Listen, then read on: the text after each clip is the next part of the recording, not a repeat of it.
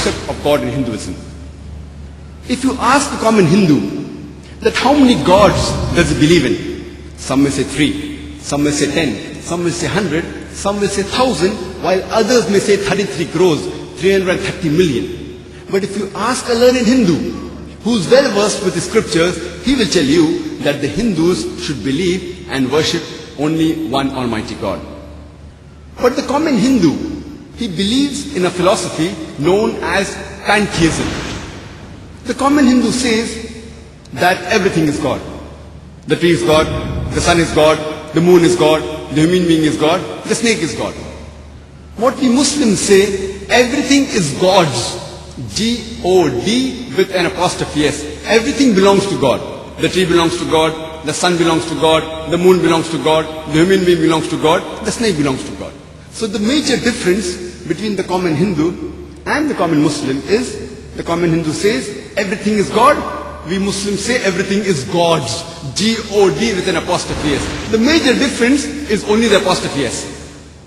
If we can solve this difference, of apostrophe S, the Hindus and the Muslims will be united. How do you do it? Ta'alaw ila kalmatin sawa'in baynana baynakum. Come to common terms as between us and you. Which is the first term? Allah na'budu illallah. That we worship none but one Almighty God.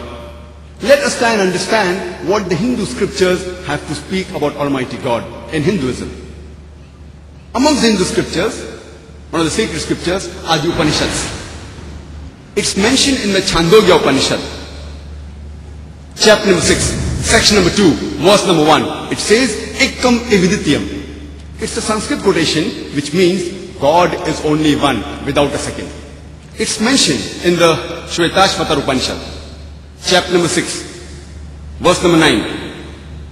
Na chase kasij, janita na chadipa. Of him there are no lords. He has got no master.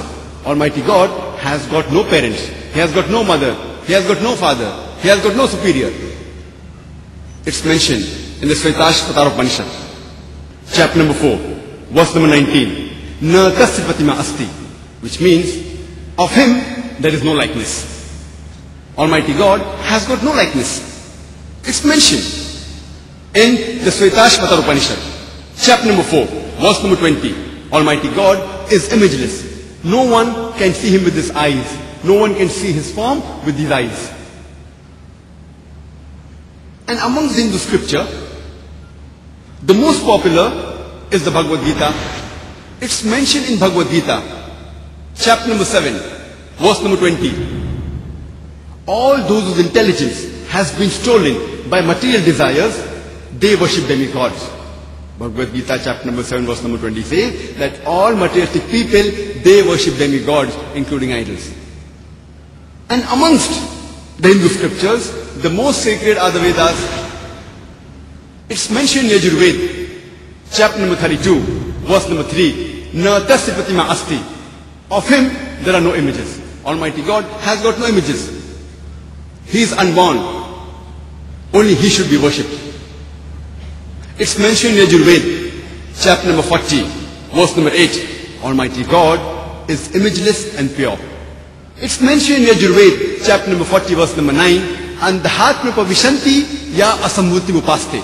Andhatma means darkness, pravishanti means entering, and asambhuti means the natural things like fire, water, air. So Yajurveda, chapter number 40, verse number 9 says, they are entering darkness, those who worship the natural things like fire, water, air, etc. And the verse continues, they are entering more in darkness, those who worship the sambhuti, that is the created things like table, chair, idols, etc. It's further mentioned